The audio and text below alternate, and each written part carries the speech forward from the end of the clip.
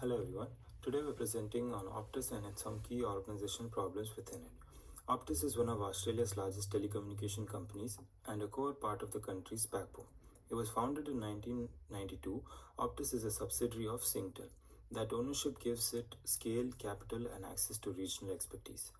Optus delivers mobile, fixed line, broadband, and digital services across Australia. It is a major competitor to Telstra, positioning on pricing, innovation, and customer experience. Because Optus serves households, businesses, and public sector agencies, it is vital to Australia's digital infrastructure. Hi guys, my name is Darren and let's start talking about problem one. So it is Optus' cybersecurity and data governance failures, where in 2022, Optus suffered one of Australia's largest cyber attacks, compromising the data of around 9.5 million customers. And the stolen information includes passports, driver license, and also Medicare numbers, which is highly sensitive personal details. So why did this happen? Weaknesses in Optus's cybersecurity systems and poor data governance left customers' data exposed. Outdated systems and insufficient security controls made the company an easy target. The implications were severe.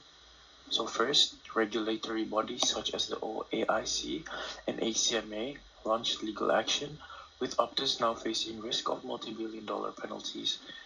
And moving on, second, customer complaints rose by nearly 30% after the breach, showing the immediate impact on trust and satisfaction. Finally, reputational damage has been long lasting, with declining customer loyalty and a tarnished brand image. So, looking at management theories will help us understand the impact better.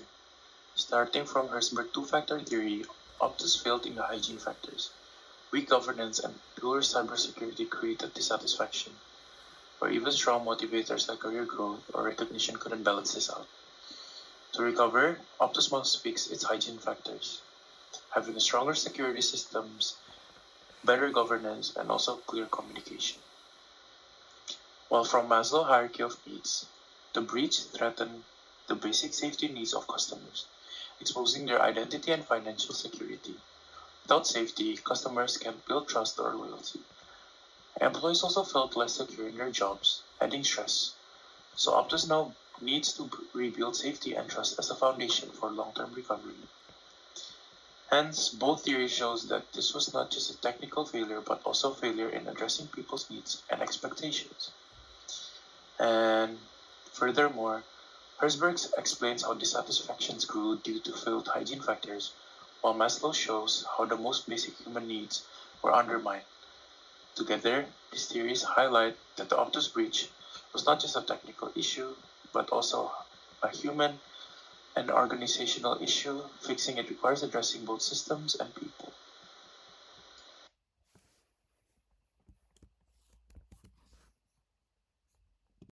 When we look at this issue through the classical management theory, we can see that Aptos relied on a very rigorous centralized style of decision making. This kind of structure might work for efficiency, but in this case, it slowed down how quickly the company could invest in the cybersecurity.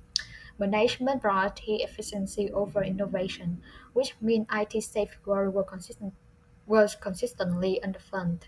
The organization was also very siloed, which left no one clearly accountable for the data security. Finally, the security control in place were outdated and simply not strong enough to defend against the modern cyber threat. If we apply the V-room expectancy theory, we can see human side of the problem. Employee effort was not connected to recognition or reward, which means there was a very little motivation to maintain strong security practices. Compliance activity didn't come with meaningful incentive, so protecting data often became a low priority for staff. Over time, this created a serious misalignment between effort, performance, and rewards.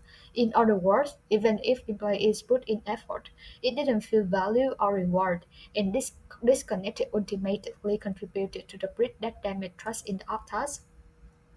The communication worker union strongly criticized uh, Optus for cutting nearly 200 employees, especially during Australia's cost of living increases. The company has also been ordered to pay the compensation for a number of shortcomings in its annual reconciliation process, which result in some employees being paid less than their contractually agreed wage. So why did this happen? The main driver was to cut costs and improve the net loss. However, this reveals serious weakness in management accountability. It also shows a lack of respect for workers' rights, even at the most basic level of fair pay.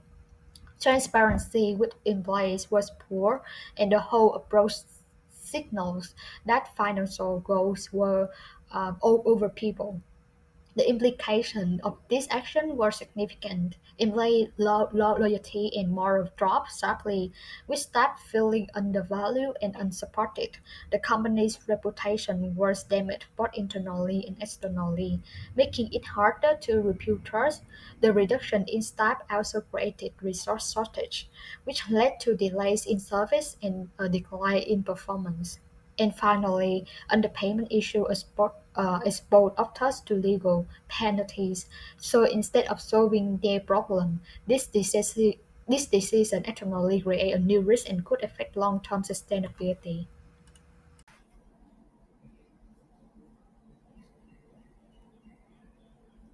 To understand the Optus layoff and underpayment issue, we can draw on several management theory. Firstly, classical management theory highlights hierarchy and task specifications and efficiency. Optus must layoff reflect a cost-driven approach, prioritize a short-term profit over people. While this may reduce expenses, it creates a disunity between management and employees, as workers feel their needs and interests are ignored. Next, Maslow hierarchy of needs gives us an insight into how this affects employees by paying less than minimum wage and cutting jobs during a cost of living crisis. Optus threaten workers' basic physiological and safety needs. While these are unmet, a higher level needs such as belongings, esteem, and self-actualizations also remain unfulfilled, ultimately damaging motivation and morale. Also, Herzberg two factors theory further explains this issue.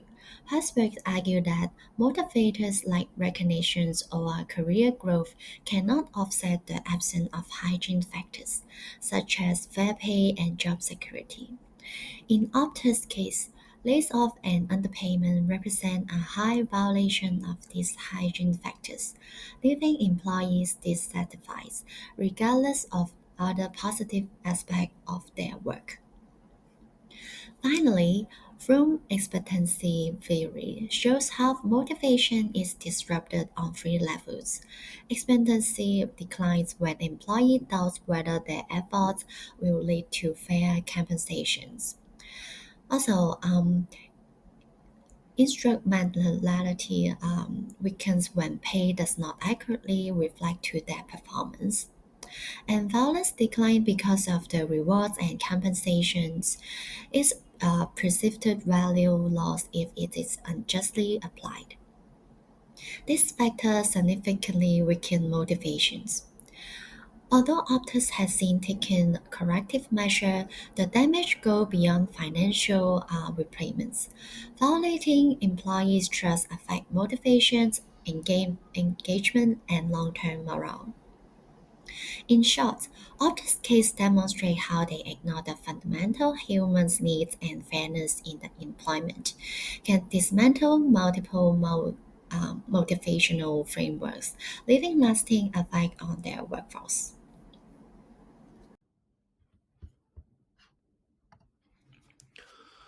Okay, the problem happened in November 2023 and lasted about 12 hours.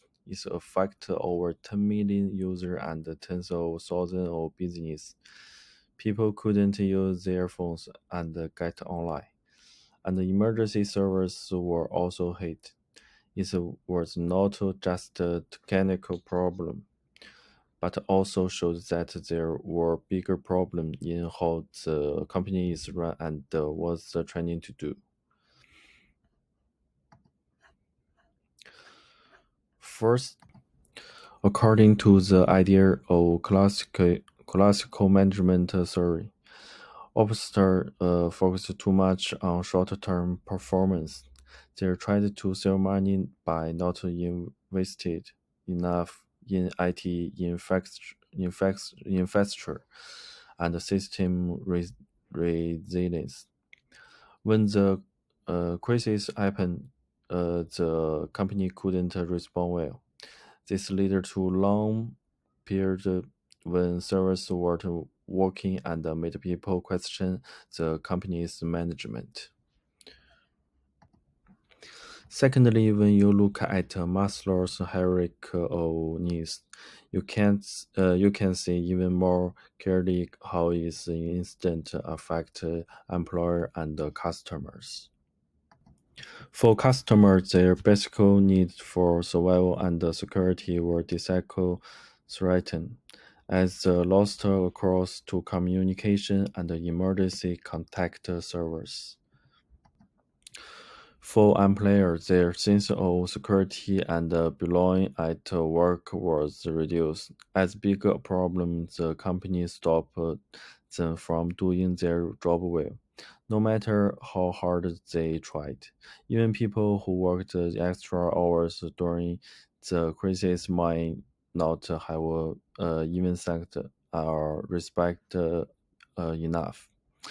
This shows that if a company doesn't look after its employer and customers and just focus on make money quickly, it won't be able to build trust and stability of the long term.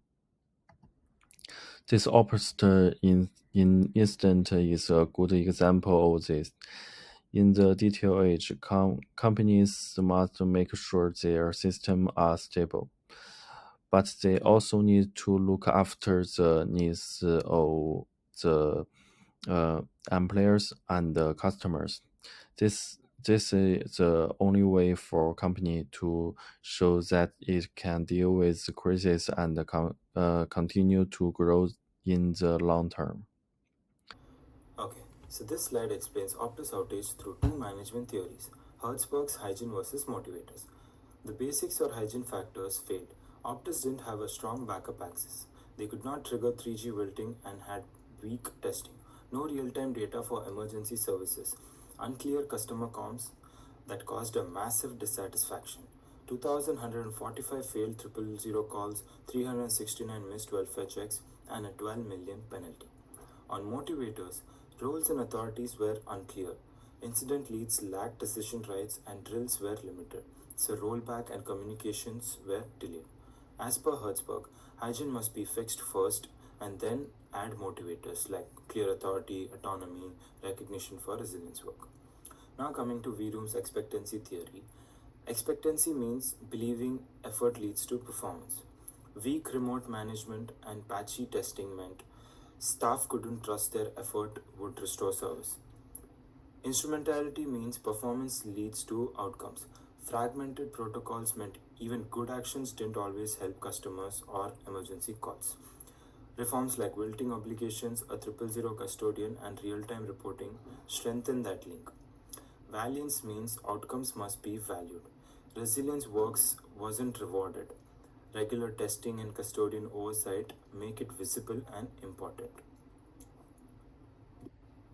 Okay, now coming to the conclusion. Optus challenges reveal deep organizational flaws like in governance, employee relations, and crisis management.